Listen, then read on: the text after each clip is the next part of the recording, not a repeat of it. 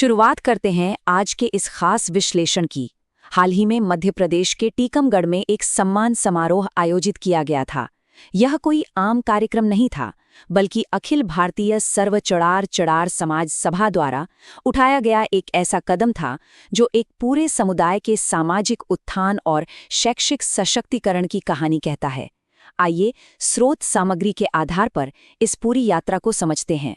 जरा वर्ष 1931 के बारे में सोचिए। कार्यक्रम के मुख्य अतिथि और समाज के राष्ट्रीय अध्यक्ष तुलाराम अथ्या जी ने इसी साल का एक बहुत ही चौंकाने वाला ऐतिहासिक तथ्य साझा किया। उपलब्ध आंकड़ों के अनुसार उस वक्त चढ़ार समाज के हजारों लोगों में से केवल कुछ 100 लोग ही पढ़े लिखे दर्ज किए गए थे, और अंग्रेजी जानने वालों की संख्या तो इतनी कम थी कि उन्हें उंगलियों पर गिना जा सकता था। यह एक बहुत गहरे सामाजिक यथार्थ को दर्शाता है। ऐतिहासिक संघर्ष और उपेक्षा। आखिर ये स्थिति रातों रात तो नहीं बनी होगी, है ना? अगर हम इतिहास के पन्नों को पलटें और इस सफर को देखें तो 1891 की प्रारंभिक जनगणनाओं में साक्षरता लगभग न के बराबर थी। 1931 आते आते भी कोई खास सुधार नहीं हुआ और ये शैक्षिक पिछड़ापन 2011 तक लगातार देखने को मिला। सोचिए, ये एक सदी से भी अधिक का संघर्ष है जिसे ये समुदाय अब पीछे छोड़ने का प्रयास कर रहा है। अब सवाल ये उठता है कि इस ऐतिहासिक पिछड़ेपन के मुख्य कारण क्या थे? वक्ताओं ने कई अहम कारकों को रेखांकित किया। सबसे पहला, सामाजिक भेदभाव, जिसने अवसरों को हमेशा दूर रखा। इसके अलावा आर्थिक कमजोरी, संसाधनों की भारी कमी और समाज को केवल जातिगत पेशों में ही बांधकर रखने की मानसिकता। इन्हीं कारणों से एक बहुत बड़ा वर्ग शिक्षा के मुख्य प्रवाह से कटा रह गया। शिक्षा से अधिकारों की ओर, ये सिर्फ एक वाक्य नहीं बल्कि एक बहुत बड़ा वैचारिक बदलाव है। इस वैचारिक बदलाव को तुलाराम अथ्या जी का ये शक्तिशाली कथन बिल्कुल सटीक रूप से समझाता है। जिस समाज के हाथ में किताब नहीं होती, उसके हाथ में अधिकार भी नहीं आते। ये सीधे तौर पर साक्षरता और सामाजिक अधिकारों के बीच एक गहरा संबंध स्थापित करता है। ज्ञान ही सशक्तिकरण ला सकता है, ये बात बिल्कुल स्पष्ट है। तो इस सशक्तिकरण को हासिल करने का रास्ता क्या है? कार्यक्रम में विद्यार्थियों और अभिभावकों को 3 बिल्कुल स्पष्ट दिशाओं में आगे बढ़ने के लिए प्रेरित किया गया।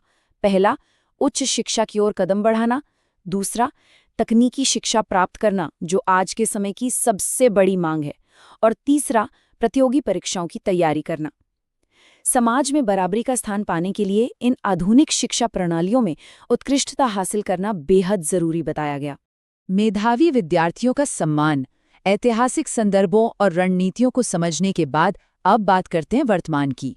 टीकमगढ़ में आयोजित ये समारोह इसी नई सोच का प्रत्यक्ष परिणाम था। कक्षा 5वीं से 12वीं तक के उत्कृष्ट विद्यार्थियों को मेडल और प्रशस्ति पत्र देकर सम्मानित किया गया। लेकिन सबसे दिलचस्प बात क्या थी? उन्हें अंग्रेजी भाषा सुधारने के लिए डिक्शनरी भेंट की गई। याद है 1931 का वो आंकड़ा जहां अंग्रेजी जानने वाले उंगलियों पर गिने जा सकते थे? जी हाँ, ये डिक्शनरी देना उसी ऐतिहासिक कमी को पाटने का एक बहुत ही सचेत प्रयास है।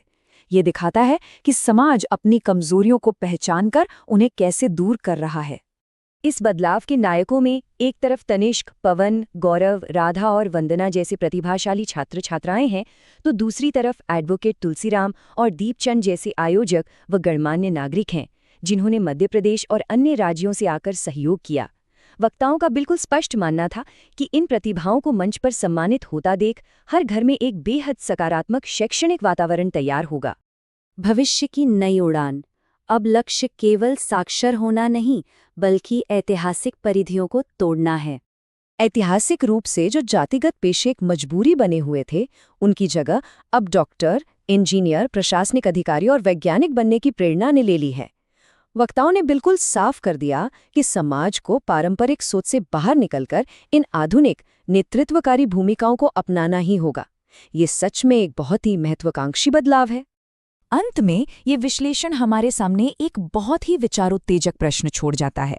क्या इस तरह के स्थानीय सामुदायिक प्रयास समाज के व्यापक शैक्षिक परिदृश्य को नया रूप दे सकते हैं? जब एक समुदाय अपनी ऐतिहासिक उपेक्षा को पीछे छोड़कर शिक्षा के माध्यम से अपना भविष्य तय करने की ठान लेता है तो ये पूरे राष्ट्र के विकास की एक मजबूत कड़ी बन जाता है। इस चर्चा में शामिल होने के लिए धन्यवाद। इस सवाल पर विचार जरूर कीजिएगा।